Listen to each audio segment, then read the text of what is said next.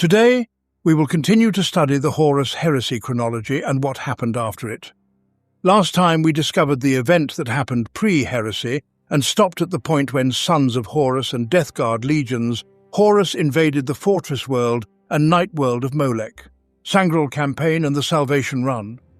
An Imperial Fists assault force dispatched from Terra executed a daring raid to capture the antidote for a slow-acting Exterminatus-class viral weapon deployed against the Loyalist stronghold of Gramercy on the contested hive world of Hercaleum. After securing the antidote from the Traitor Mechanicum biologist's gene labs, the heavily outnumbered Imperial Fists fought their way through massed traitor forces, navigating a perilous gauntlet through the underhives of Hercaleum to deliver the antidote to Loyalist Medicae detachments, thereby saving the population of the Gramercy subhive. The viral overspill ravaged the traitor forces, leaving them unable to contain or cure the contagion within their own ranks. Within weeks, Hercaleum was liberated by the Emperor's servants. The tale of the so-called Salvation Run emerged as a rallying cry for Loyalist support within the sector, turning the Sangral campaign in favour of the Loyalists and solidifying their grip on the loyalty of the Segmentum Solar, establishment of the Imperium Secundus. With the Imperium fractured into two isolated halves due to the tumult of the Ruin Storm, the light of the Astronomicon had become imperceptible from Ultramar, and no word from the Emperor had reached the Imperium for several years.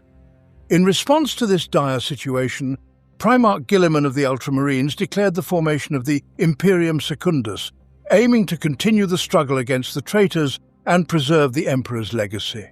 Upon the arrival of the Blood Angels, who had escaped from the Cygnus cluster, Guilliman proclaimed his brother Sanguinius as the rightful heir to the Emperor, designating him as Regent or Imperator Regis of the Imperium Secundus. In hindsight, Guilliman would later confess that this decision was perhaps his gravest error, leading him to seek to obliterate all records of the Imperium Secundus's existence. Battle of Sothar. The distant world of Sothar, situated near the fringes of the galaxy, lay at the boundary of both the 500 worlds of Ultramar and the broader expanse of Imperial space. Beneath the towering Mount Pharos, the Ultramarines discovered a massive aperture constructed by an unknown Xenos species later identified as the Necrons. This device served as both a telepathic beacon and a route finder, enabling instantaneous communication across vast distances, even penetrating the chaotic turbulence of the Ruin Storm. Following their defeat at the hands of the Dark Angels at Sagwalsa, remnants of the Night Lord's Legion navigated this beacon through the warp, arriving at Sota. Over several months, the Night Lords secretly gathered intelligence on the Ultramarines' activities, soon uncovering the nature of the arcane device, also called the Pharaohs, on the restricted planet. The Night Lords launched a surprise assault on the lightly defended world, intent on seizing the Pharaohs to locate their flagship, the Nightfall, and to discover the whereabouts of their missing Primarch, Conrad Kurz. In the ensuing battle, Warsmith Barabbas d'Antioch of the Loyalist Iron Warriors sacrificed himself by overloading the Pharaohs, rendering it inoperable and denying the Night Lords access to its formidable capabilities. The far-reaching consequences of this act would not be felt for another 10 millennia, as the massive final emission of psychic energy from the Pharaohs pierced the intergalactic void, serving as a beacon one last time for the Tyrannid Hive fleets. Vulcan lives. The charred remains of Primarch Vulcan were recovered by the Ultramarines from the surface of Makrag, where his body had fallen after burning up in the atmosphere following his descent from orbit. Initially, the Ultramarines mistook the colossal corpse for a grotesque statue. However, over the following days, Vulcan's body began to regenerate as his abilities as a perpetual came into effect, eventually restoring him to life.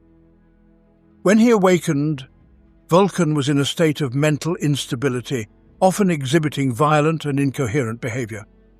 This was the result of the twisted bond forged with his disturbed brother, Conrad Kurz, during the torturous months Vulcan endured aboard the Night Lord's flagship, the Nightfall. Vulcan's senses heightened whenever Kurz was nearby, leading to violent outbursts. Unbeknownst to the Dark Angels, who had recently arrived on Macragge following the declaration of Imperium Secundus, Kurz had taken refuge within the bowels of their flagship after the Night Lord's defeat at Sagwalsa. As the Night Haunter unleashed chaos among the people of Macragge, Vulcan ultimately broke his bonds and began a relentless hunt for Kurz. Their battles ravaged the capital city until Vulcan's fellow perpetual, John Grammaticus, intervened, using the Fulgurite, a solidified fragment of the Emperor's psychic power, to stab Vulcan through the heart, seemingly killing him. This time, however, Vulcan did not revive. In the aftermath of the confrontation, Kurz escaped. Vulcan was placed into stasis within a sarcophagus handcrafted by Guilliman, who inscribed the words "Unbound Flame" on its side. Rebirth of Vulcan. After Vulcan's second death on Macragge, the surviving salamanders of the Shattered Legion from Istvan V were drawn to the Ultramarines' homeworld by the empathic beacon of the Pharaohs, where they were allowed to stand vigil over their Primarch's casket. First Captain Artellus Numion was convinced that Vulcan still lived, and eventually embarked on a difficult journey back to Nocturne with his Primarch's body. Numion believed that if Vulcan's body were immersed in the cleansing flames of the Unbound Flame on Mount Deathfire, he could be restored to life. As they travelled, the Salamanders faced pursuit from a large traitor fleet composed of elements from both the Death Guard and Word-Bearers, each commander driven by personal motivations to capture Vulcan's remains. Miraculously, the Salamanders navigated through the turbulent ruin storm and reached Nocturne, where they were greeted by Nomus Ritan, Lord Chaplain of the 18th Legion and Keeper of the Keys of Prometheus. A fierce battle ensued between the traitor and loyalist forces, culminating in a hard-fought victory for the Salamanders. Following this triumph, the Salamanders conducted Vulcan's burial rites, returning their Primarch's body to the fires of Mount Deathfire in the hope of his resurrection. After waiting for over a solar week, Numion's spirit began to wane with uncertainty. As the next time of trials on Nocturne approached, first Captain Numion renounced his rank and wandered into the burning ash wastes surrounding Mount Deathfire, offering himself as a final sacrifice to restore his Gene-Father and Primarch. Carnage of Moroks. In one of the largest confrontations between loyalist and traitor-aligned mortal auxilia and militia forces, over 3 billion battlefield fatalities were recorded as a result of the brutal war of attrition on the sector capital world of Moroks Excellus. The Morok Civil War unfolded in almost complete isolation from the rest of the galaxy, exacerbated by turbulent warp storm activity and the lack of strategic significance for either side.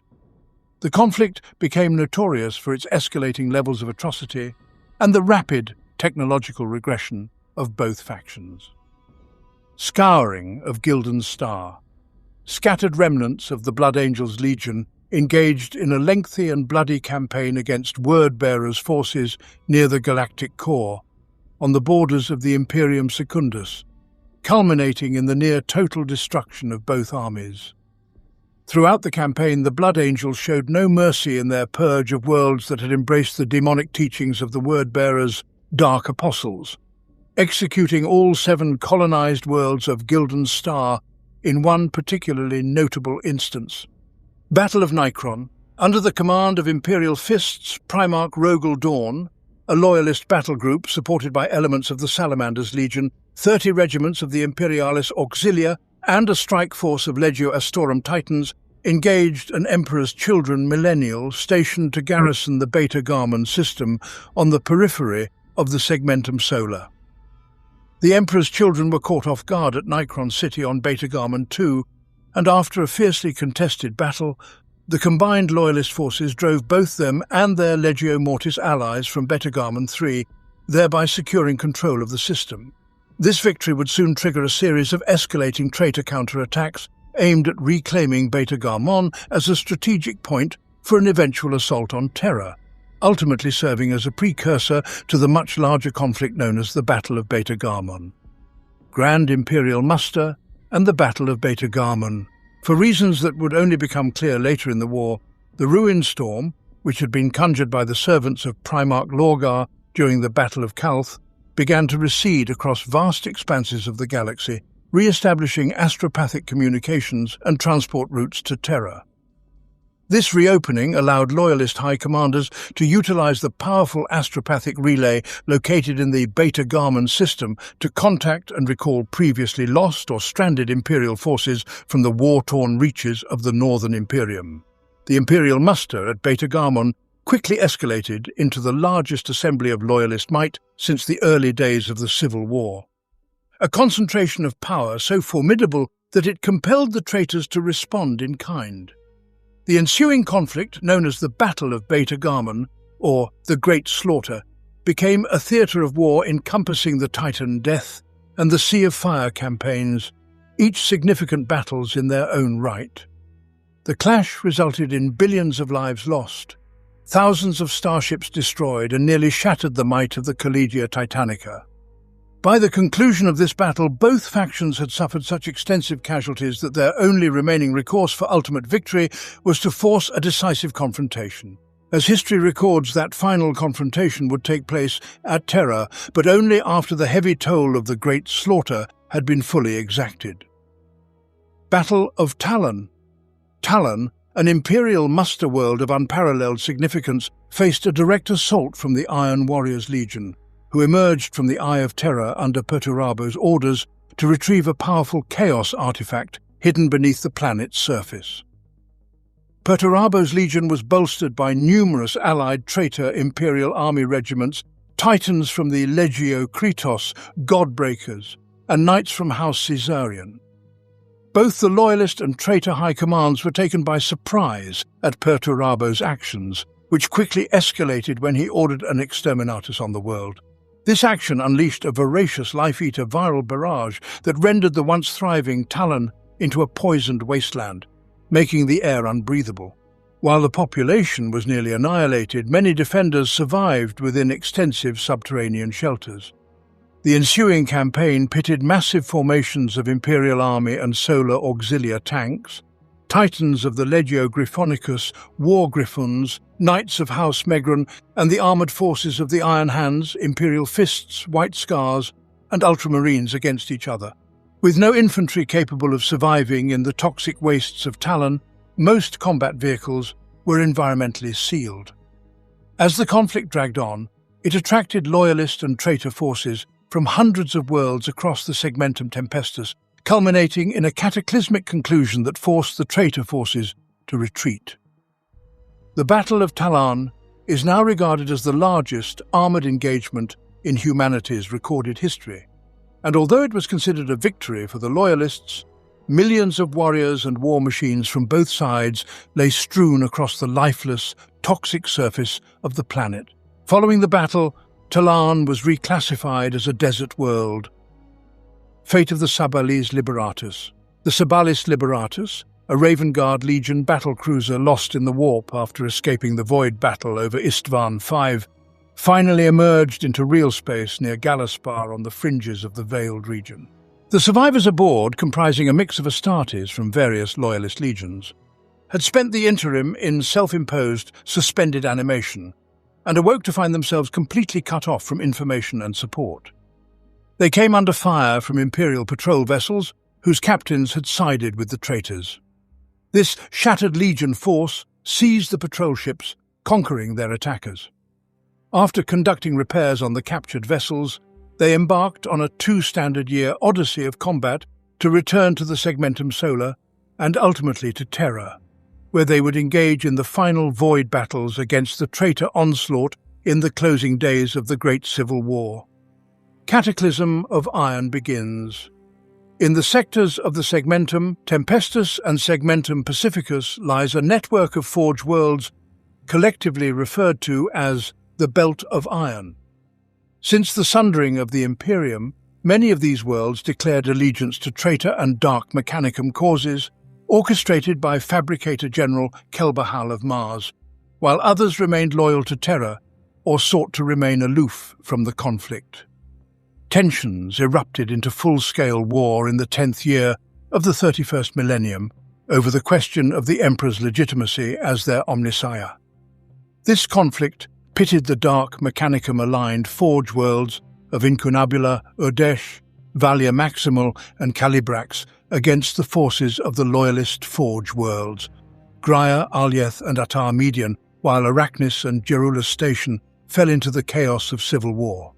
The resulting conflict, later dubbed the Cataclysm of Iron, saw the Forge Lords, their armies and allied Titan legions and knight households turn against one another in protracted warfare. Numerous human-inhabited worlds in the region suffered greatly, becoming the battlegrounds for the Forge Lords in fighting. Even the apocalyptic intervention of the Dark Angels proved insufficient to end the spiraling disaster, and battles between dozens of Forge worlds continued long after the Horus Heresy had concluded. Battle of Pluto. As part of the ongoing solar war, the Alpha Legion executed multiple diversionary attacks involving sabotage and preparation, plunging the Sol system into chaos. Their primary target was the fortress moon of Hydra, which orbits Pluto. First Captain Sigismund and a small fleet of Imperial Fists valiantly defended Pluto against the larger Alpha Legion fleet until reinforcements arrived in the form of the formidable mobile star Fort Phalanx and a substantial fleet of Imperial Fists and Armada Imperialis warships.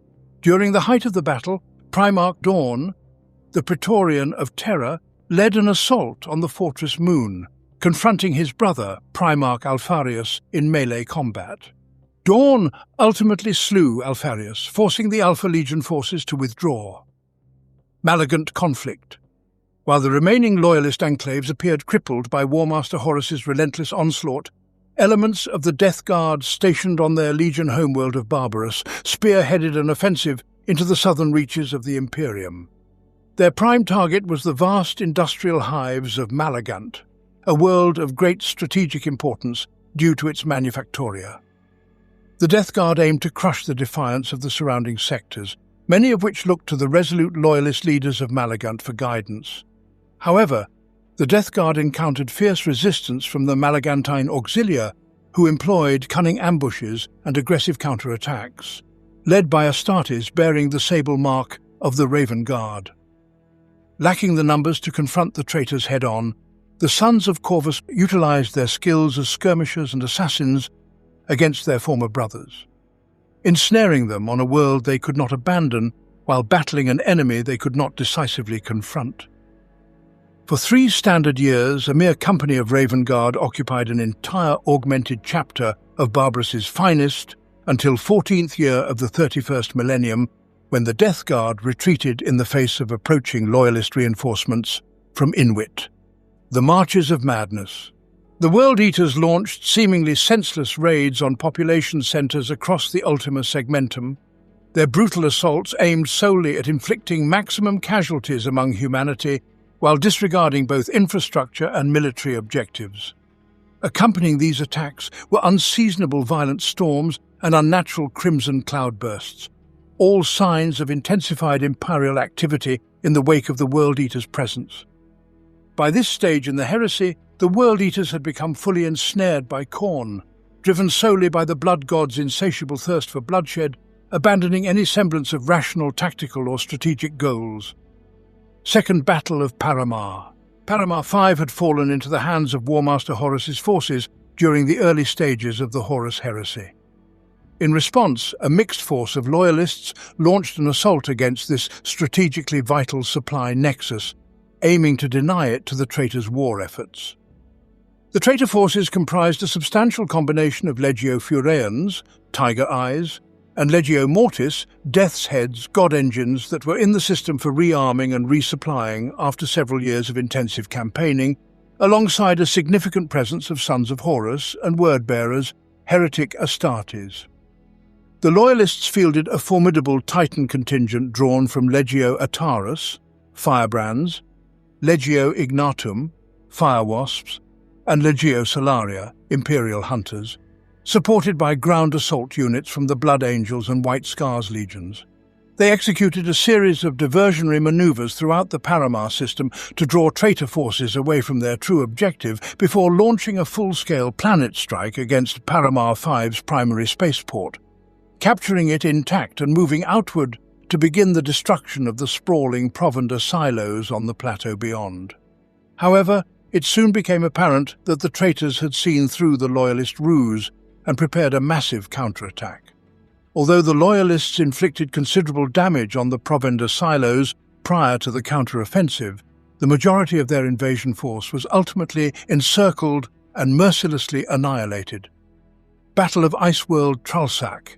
The shallow, frozen oceans of the Iceworld of Trollsack were flash-boiled to steam by the might of god engines as the Loyalist titans from Legio Atarus, firebrands, and Legio Agravides, battle scourges, clashed with the traitors from Legio Magna, flaming skulls, and Legio Victorum, foe slayers.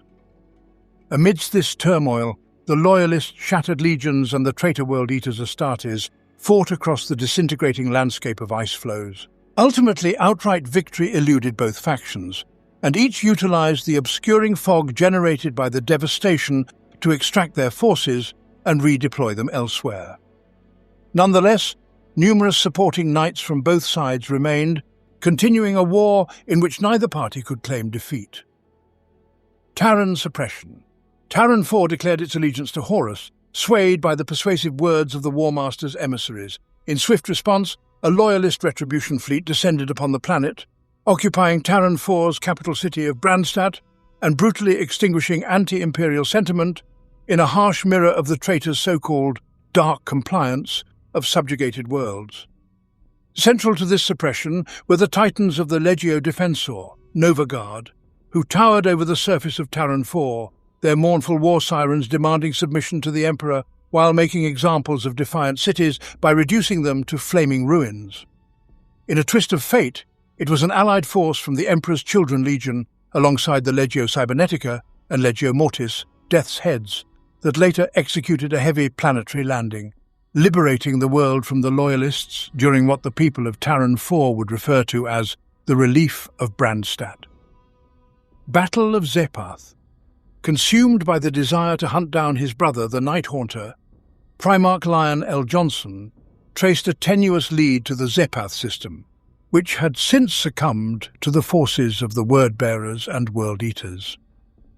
Farith Redloss, the lieutenant-elect of the Dark Angels Hexagrammaton Dreadwing formation, was tasked with leading the pursuit of Conrad Kurz on the world of Zepath. The Dark Angels swiftly uncovered the horrifying atrocities committed by the Word-Bearers to fuel their dark chaos rituals. This discovery led to multiple engagements against the forces of both traitor legions, culminating in the battle for the Zepathian capital city of Numentis. The traitor forces were decisively annihilated by the victorious Dark Angels, leaving the world in the care of its surviving inhabitants. Scouring of the Nostramo sector. Following the conclusion of the Horus Heresy, a retribution fleet known as Battle Fleet Vengeance, led by the Blood Angels 33rd Company, 9th Chapter, launched a campaign into the Nostramo sector to seek vengeance for their lost Primarch Sanguinius against the remaining active Night Lords combat units. Contrary to all intelligence reports, however, no organized resistance was encountered. Only scattered and isolated warbands of the 8th Legion were discovered, none larger than a reinforced company. On multiple worlds previously held by the Night Lords, they uncovered evidence that an unknown Black Shield force had ravaged the Nostramo sector in the 11th year of the 31st millennium, leaving behind only ruined fortresses and the drifting, battle-scarred wrecks of the 8th Legion. It would not be until the 17th year of the 31st millennium that this mysterious Black Shield force would be identified as the Ashen Claws. Balthor Sigma Intervention. A bloodthirsty pursuit force of traitor world eaters engaged in hunter-killer operations against defeated loyalist forces at the world of Balthor Sigma. The world eaters were supported by numerous super-heavy tanks, enabling them to hold the Legio Ossidax, Cockatrices Demi-Legio at bay. However, an unexpected intervention by a contingent of Xenos Titan analogues, later identified as Eldar, turned the tide of battle with devastating effect. It was only when traitor titans of the Legio Furians, Tiger Eyes, fought their way through to bolster the traitors' lines that total defeat was averted. As the battle concluded, the Xenos Titans withdrew into the ash-shrouded depths of Balthor Sigma's equatorial magma wastes. Birth of the Adeptus Mechanicus. A long-standing political stalemate in the Council of Terra was finally resolved, leading to the formal establishment of the Imperial Adeptus Mechanicus. This organization was recognized as distinctly separate from the corrupted Mechanicum of Mars. Fabricator General Zagreus Kane was appointed as the first High Lord of Terra to serve on the Council. Final judgment was rendered upon the captive followers of the traitor fabricator General Kelbor Hal of the Dark Mechanicum, resulting in thousands of executions. Subsequently, the Union of Loyalist Titan Orders formed under the Adeptus Titanicus or Collegia Titanica, led by the Grand Masters of several major Loyalist Titan legions. However, the fate of other loyal former Mechanicum divisions, such as the Legio Cybernetica and the regular military forces of each Forge World's Tagmata, remained uncertain. Battle of Yarant. Following a poorly advised assassination attempt on Warmaster Horus, the scattered remnants of the Space Wolves were pursued to the Yarant system, where they made a desperate last stand.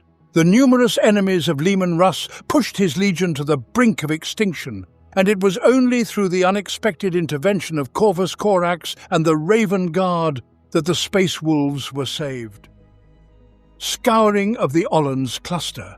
As Warmaster Horus advanced on Terra, he reached the Ollans cluster, where he encountered Loyalist reinforcements bound for Beta Garmon, engaged in rearming and refueling at the Borman system. The Loyalist fleet quickly redeployed to counter the traitor's advance and protect the valuable resource worlds within the cluster. The pivotal moment of this brief but intense conflict occurred at Borman 4, when a demi-legio of Legio Astorum, warp runners, launched a bold offensive against the beleaguered capital city. In a crucial Titan battle in the volcanic Irivendi Desert north of the capital, Princeps Senioris var Harax led a surprise assault through difficult terrain at a weak point in the Legio Furians' Tiger Eyes lines, supported by Astartes ground forces from the Iron Hands Legion. The Tiger Eyes, distracted by a bold diversionary attack, were annihilated by the Warp Runners, who succeeded in breaking through the Traitor Emperor's Children Legion's lines to reinforce the beleaguered planetary capital.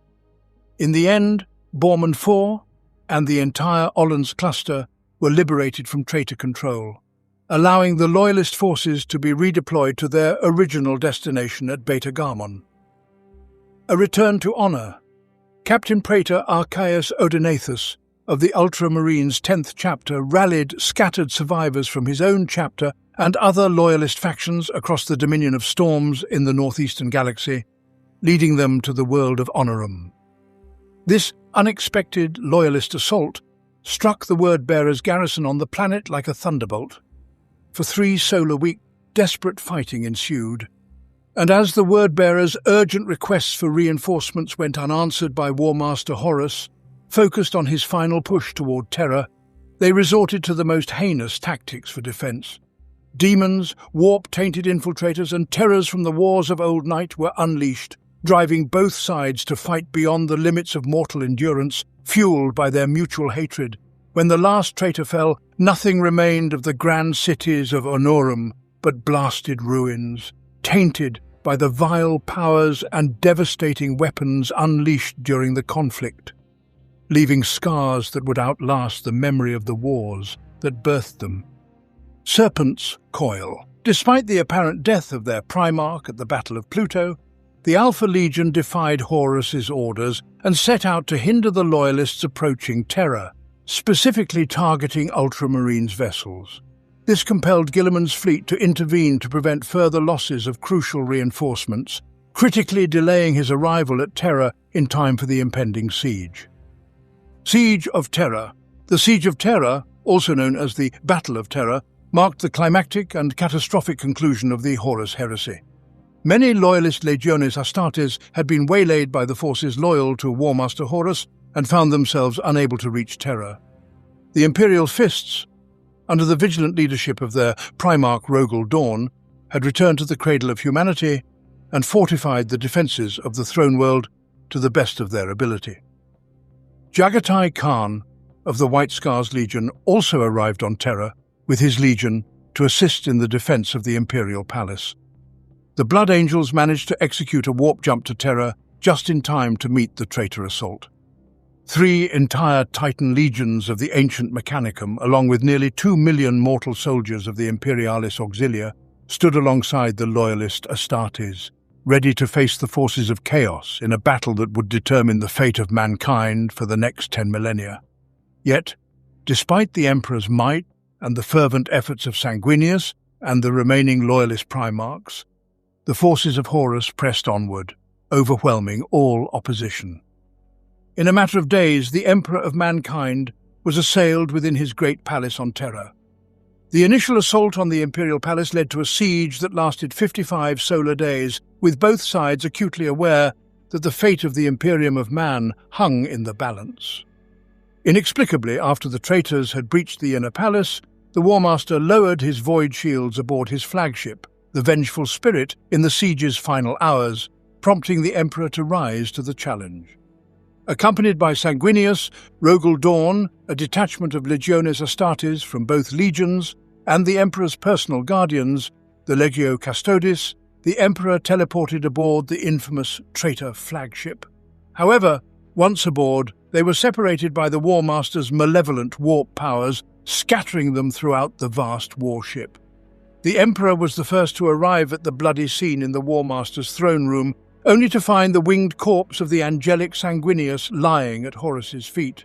Father and son then engaged in a titanic struggle, with the fate of humanity hanging in the balance. Ultimately, the Emperor sorrowfully slew his once-beloved son and unleashed the full might of his immense psychic powers to eradicate Horus's soul from the warp, ensuring that the War Master could not be resurrected by the ruinous powers he served. However, the Emperor was gravely wounded in the fierce confrontation. With their leader fallen, the traitor legions were driven from Terra, pursued by vengeful loyalist forces into the nightmarish realm of the Eye of Terror, while Rogel Dawn ultimately rescued the Emperor and transported him back to the Imperial Palace. Following the Emperor's final instructions, Dawn placed him within the life-sustaining mechanisms of the great arcane device known as the Golden Throne, and thereafter the Emperor spoke no more. Humanity had triumphed, and the Imperium of Man would endure, but the price of victory was steep, a burden that would weigh heavily on generations to come for the next 10 millennia. The following events transpired in the aftermath of the Horus Heresy, many of which were directly or indirectly influenced by the concluding campaigns of the galaxy-wide civil conflict that devastated thousands of worlds and resulted in the loss of hundreds of billions of lives. Fall of Caliban. In the wake of the Horus Heresy, the surviving loyalists rallied to support the beleaguered Imperium. The Dark Angels played a pivotal role in these battles, which would later be referred to as the Great Scouring. As they pursued the rebels, the First Legion diverted to their homeworld of Caliban, which had been enshrouded in warp storms and rendered inaccessible since Horus's betrayal. For Lionel Johnson, one final act of treachery awaited discovery. Upon the Dark Angels' arrival in orbit, their fleet came under fire from the planet's surface. Pulling back, L. Johnson sought to uncover the cause of this hostility and learned that his second-in-command, Luther, had poisoned the minds of the Dark Angels' garrison and new recruits left behind on Caliban, turning them against their Primarch out of bitterness. In the ensuing chaos, the Dark Angels unleashed a brutal orbital bombardment upon the planet, while Lion confronted Luther in personal combat. Lion was mortally wounded, and Caliban was torn apart by the unleashed Imperial forces of the ruinous powers. Only the Dark Angels' fortress monastery, the Angelicaster, survived the cataclysm. Luther was taken captive and imprisoned, while Lion's body vanished without a trace. Great Scouring. Following the end of the lamentable civil war during the Siege of Terra, the forces of the Imperium launched a monumental counteroffensive against the traitor legions of the slain War Master Horus. Before his confinement within the life support mechanisms of the Golden Throne, the Emperor pronounced judgment upon the traitors. They were declared excommunicate traitorous and destined to be driven into the hellish warp rift known as the Eye of Terror, where they would remain for eternity. All records and memories of the traitor legions were to be expunged from the Imperial archives. Worlds such as Istvan V and Darwin were scoured clean of life, having been tainted by chaos. The associated forces of the traitor legions, including the Dark Mechanicum, Imperial Army regiments, and Armada Imperialis that had turned to chaos, were to be obliterated or driven into the Eye, effectively erasing their existence and the stain of their betrayal from the Imperium. This campaign would continue for decades after the Heresy's conclusion. The Loyalist Space Marine legions, devastated at the drop site massacre on Istvan V, were gradually reformed using the scant gene seed salvaged by survivors, evolving into chapters of 1,000 Astartes, rather than full legions, as mandated by Primarch Guilliman's Codex Astartes, following the second founding at the dawn of the 32nd millennium. With the Emperor's death, Guilliman was declared the Lord Commander of the Imperium and the Imperial Regent, garnering support from his remaining loyalist Primarch brother. He set about reforming the Imperium's government and military to address the aftermath of the Horus Heresy and lay a stronger foundation for the future in what became known as the Time of Rebirth. Battle of Escrador. During the Great Scouring, the Alpha Legion clashed with the Ultramarines Legion on the world of Escrador, where Guilliman confronted his bitter brother, Primarch Alfarius. Unbeknownst to him, it was actually Alfarius's twin brother, Omegon, who had assumed his identity following Alfarius's death at the hands of Rogel Dawn during the Battle of Pluto. The two Primarchs engaged in fierce, close combat, striking simultaneously with their power swords. For a fleeting moment, they stood face to face before Alfarius collapsed to the ground, dead. Bolstered by their Primarch's victory, the Ultramarines renewed their assault, decimating the remaining Alpha Legionaries. However, their triumph was short-lived. In the ensuing days, the Ultramarines were besieged on all sides by Escador's natives and remnants of Alpha Legionaries lurking in the mountains. After a week of futile skirmishes against their elusive foes, Guilliman ordered the evacuation of the planet's surface. Subsequently, he employed his legion's void ships to bombard the traitors from orbit. Despite his reluctance to engage such dishonorable adversaries, the Ultramarines found themselves consistently outmatched by the Alpha Legion, even following what was believed to be the loss of Alfarius. The Iron Cage.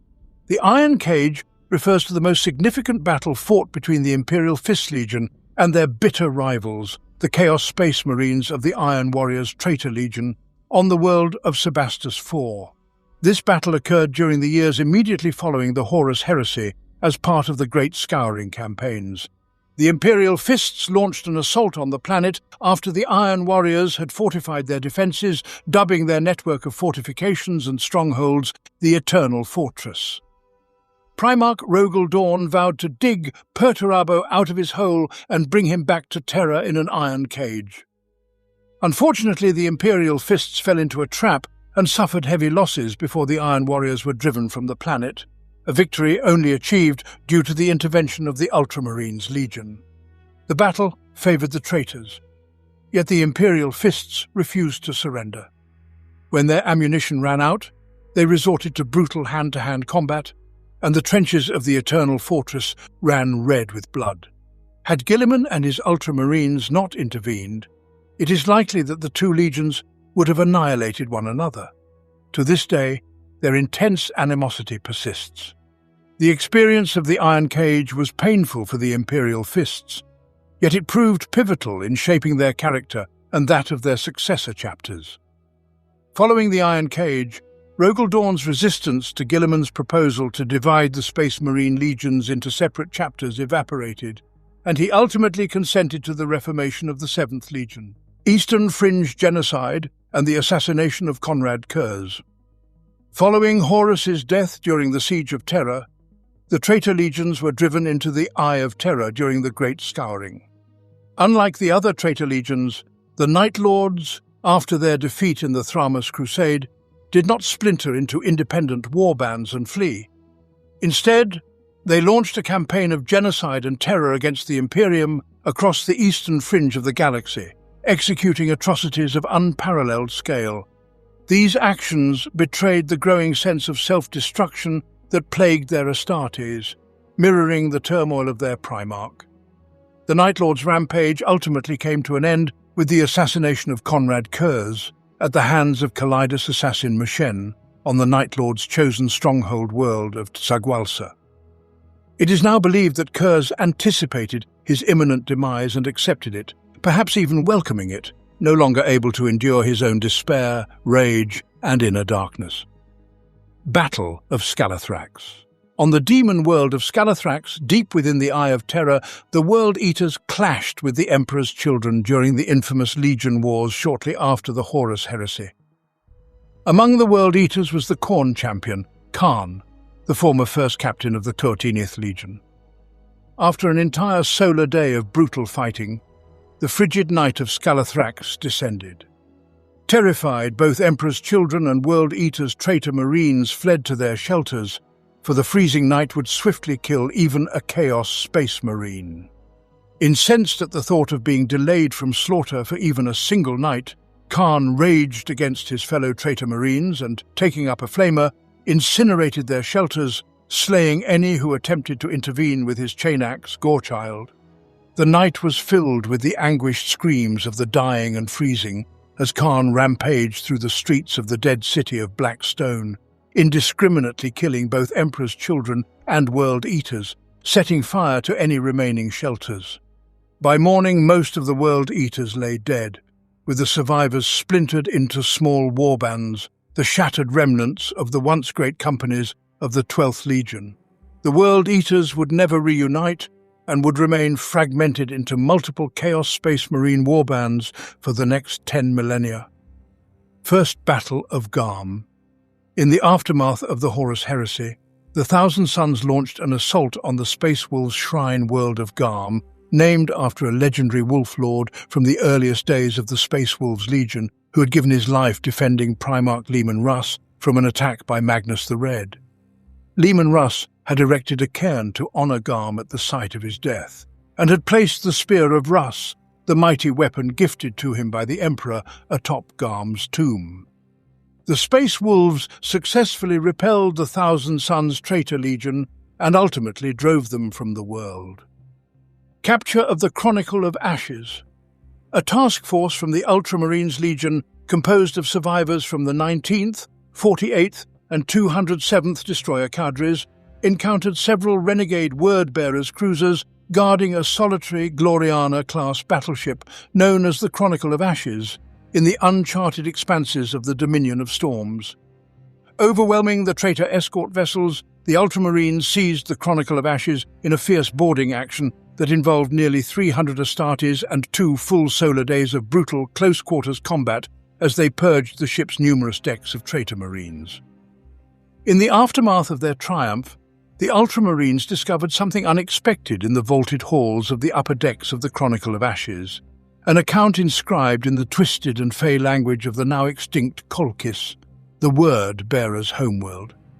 This document unveiled a wealth of previously concealed information regarding events unknown to Imperial scholars, including an account detailing Primarch Lorgar's fall to chaos decades before the onset of the Heresy. The vessel was subsequently cleansed and rededicated as the Lex Talonis before being presented to the Ultramarines in the 22nd year of the 31st millennium and integrated into the newly established Nemesis chapter. Third Battle of Paramar. Following the pivotal conquest of the Forge world of Paramar for 5 during the Heresy, Warmaster Horus was compelled to redirect additional forces to secure the system, which he had originally intended to deploy elsewhere. Having gained such a critical asset, he could not afford to let his enemies reclaim it. This apprehension proved warranted when the system faced an attempted loyalist counter-invasion 2 standard years later, in the 8th year of the 31st millennium, leading to further catastrophic warfare during the tumultuous era of the Great Scouring in the 19th year of the 31st millennium, as the loyalists endeavoured to reclaim the system once and for all. Reclamation of the Shroud of Eventide. A Blood Angels reclamation task force consisting of the 9th chapter and the Angels Vermilion, ventured into the Nostromo system to salvage a space hulk designated as the Crimson Intent, formerly known as the Night Lord's vessel, the Shroud of Eventide. The Blood Angels successfully recovered the formidable vessel, cleansing and rededicating it to serve the remaining sons of Sanguinius with honor. They also extracted vital information from the Hulk's damaged data cores concerning the vessel's last confrontation with the mysterious Black Shield force of Legiones Astartes. Completion of the Codex Astartes. The Primarch of the Ultramarines and Lord Commander of the Imperium, Guilliman, achieved the long-awaited completion of his magnum opus, the Codex Astartes. This tome established the new organizational and tactical doctrines for existing and future Loyalist Space Marine chapters. The Loyalist Legiones Astartes, devastated at the dropsite massacre on Istvan V, was slowly reconstituted using the scant gene seed that the survivors had managed to escape with. During this time, the legions were reformulated into chapters of 1,000 Astartes each, as mandated by Guilliman's Codex Astartes after the second founding at the dawn of the 31st millennium. This restructuring ensured that no single individual could again wield the immense power of a full Astartes legion. Second founding. The remaining Loyalist Legiones Astartes were reorganized into smaller formations known as chapters, each consisting of only 1,000 transhuman warriors. This reformation guaranteed that no one person could ever again command the full might of an entire Space Marine legion. In this manner, 23 new Space Marine chapters were created, while the 9 existing Loyalist legions were reshaped into smaller chapters, retaining the original names of their legions. Meanwhile, the Grey Knights, a special Space Marine chapter composed entirely of Psychers, was secretly founded by Malcador, the Regent of Terra, and chief aide to the Emperor before his demise. This chapter was established on the moon of Saturn, known as Titan, during the final days of the Heresy. The moon was concealed in a pocket dimension of the Immaterium to shield it from Horus and allow the new chapter to grow in strength by exploiting the peculiar flow of time within the Empyrean. Eventually, this newly formed chapter became the headquarters for the Ordo Malleus, the branch of the Inquisition tasked with safeguarding the Imperium's populace from the demonic forces and seductions of chaos. The nascent Inquisition adopted Malcador's original personal sigil as its eventual symbol, honoring his memory. Departure of the Raven Lord. In the aftermath of the heresy, Corvus Corax personally granted the Emperor's peace to every surviving aberrant Astartes resulting from the Raven Guard's accelerated Space Marine development program.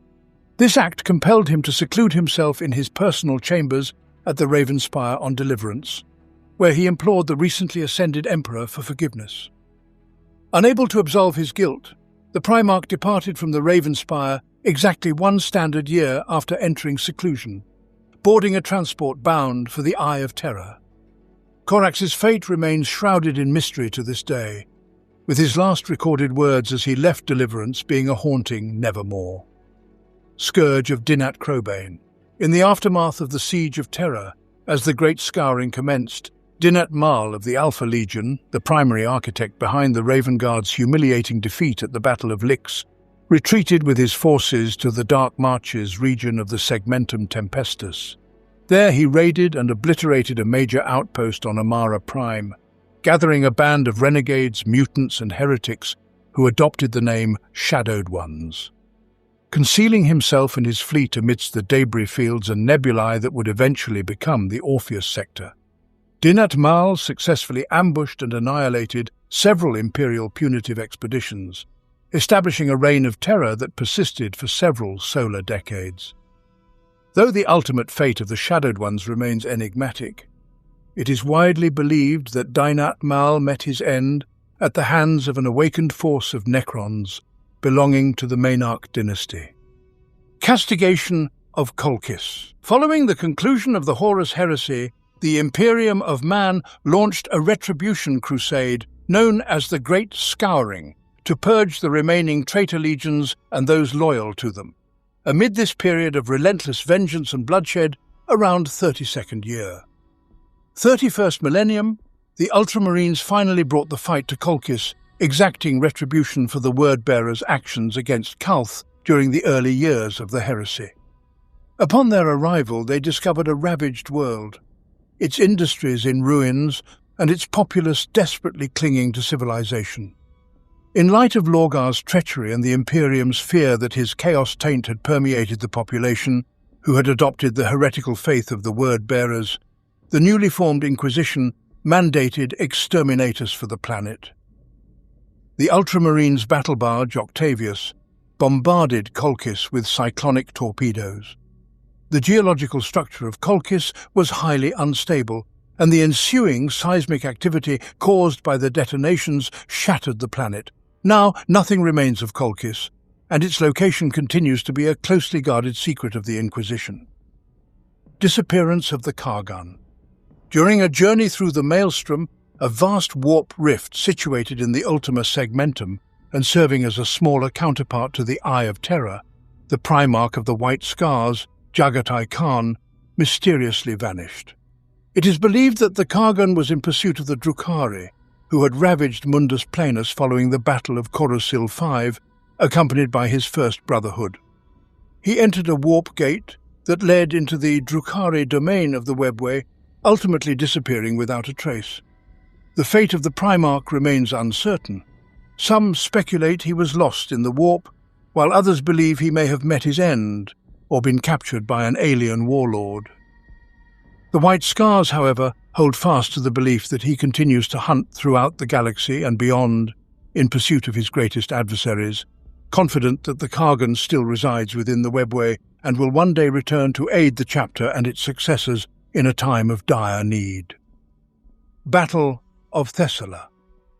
Guilliman persisted in his service with the Ultramarines, chapter after the Heresy, leading them for an additional century following the second founding.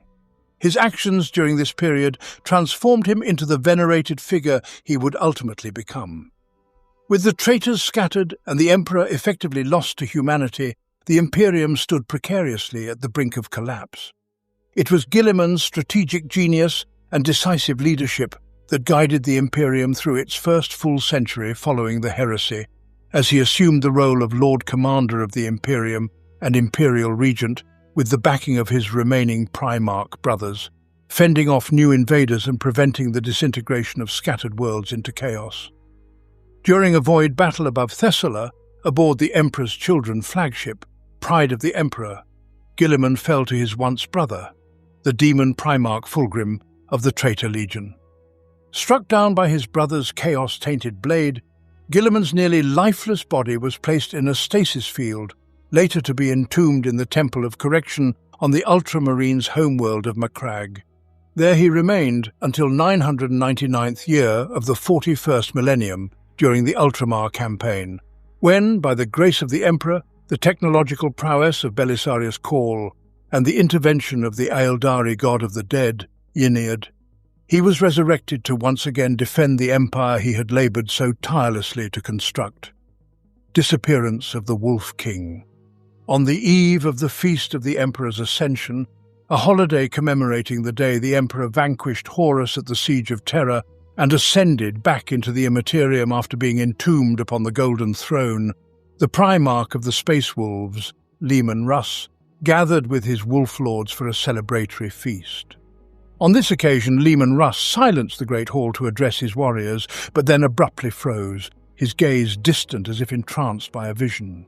The assembled space wolves looked on in trepidation as their Primarch fell to his knees, calling for his wolf guard and closest retainers to approach, leaving only the youngest among them, Bjorn the Fell-Handed, behind. After imparting instructions to his closest companions, Russ departed the Great Hall of the Fang, accompanied by his bodyguard, leaving Bjorn in solitude. The tale of his disappearance has been recounted every millennium by the venerable dreadnought Bjorn the Fell-Handed, the oldest Astartes dreadnought still in service across the Imperium. After 7 years of waiting, the Space Wolves chose Bjorn the Fell-Handed as their first Great Wolf, the de facto chapter master, to lead in Russ's absence until the day of his return. For 10 millennia they have awaited his return, yet still the Wolf King remains elusive. First Black Crusade. Abaddon the Despoiler, now the War Master of Chaos following Horus's demise, initiated his first offensive against the Imperium of Man after the Horus Heresy, launching the First Black Crusade and the First Battle of Cadia. This initial attempt ultimately faltered, as the forces of chaos proved incapable of breaching the Cadian Gate, the sole navigable route from the Eye of Terror into Imperial space. For the next 10 millennia, Abaddon dedicated all his efforts to fulfilling Horus's ambitions, vowing to conquer Terra and eradicate the Corpse Emperor. These massive offensives came to be known as the Black Crusades among the Imperium's populace. Although each one appeared to fail, they succeeded in executing certain esoteric objectives aimed at gradually weakening the very fabric of reality. Abaddon termed this ongoing conflict the Long War, promising that eventually the efforts of the forces of chaos would culminate in the dismantling of the Cadian Gate, opening a pathway to strike directly at Terra, a vast warp scar in reality that he dubbed the Crimson Path. During this epic conflict, the Imperial Fist's Primarch Rogel Dawn was said to have perished while engaging a Chaos Space Marine vessel, after spearheading an assault on a formidable Chaos war fleet that had emerged from the Eye of Terror, vastly outnumbering the Imperial defenders. Recognizing the necessity of striking the enemy fleet while it remained poised for invasion, Dawn executed hit-and-run tactics until his reinforcements could arrive. He was thought to have died aboard the Chaos Despoiler-class battleship, the Sword of Sacrilege, after leading a desperate charge against its bridge. When Dawn and his elite honor guards stormed the bridge, they were cut down to the last warrior. Later, the Imperial Fists retrieved an escape pod from one of their vessels present at the battle, which contained the weapons and power armor of their beloved Primarch. The only remnant of Dawn himself was a single skeletal fist believed by the Imperial Fists to belong to their Primarch. The ultimate fate of the Praetorian of Terror, and whether he truly perished, remains shrouded in uncertainty. Temple of the Savior Emperor becomes most influential sect of emperor worship. In the aftermath of the Siege of Terra, a highly decorated Imperial Army officer adopted the name Fatidicus, meaning prophet, and clandestinely established the Temple of the Savior Emperor on Terra, contravening the atheistic doctrines of the Imperial Truth and echoing earlier cults of emperor worship such as the Lectitio Divinitatus. Over centuries, this sect gradually permeated the newborn Imperium of Man, initially through the personnel of the Imperialis Auxilia and Armada Imperialis, and later through the Astra Militarum and the Navis Imperialis. This movement ultimately led to the formation of the Adeptus Ministorum as the state church of the Imperium in the mid-32nd millennium. The Imperial Truth soon faded into a forgotten relic of the past, as dead as the dream of a benevolent Imperium. The High Lords of Terror recognized the burgeoning faith in the Emperor as the god of mankind across the galaxy, perceiving in this new religion a potent instrument for morale building and political control.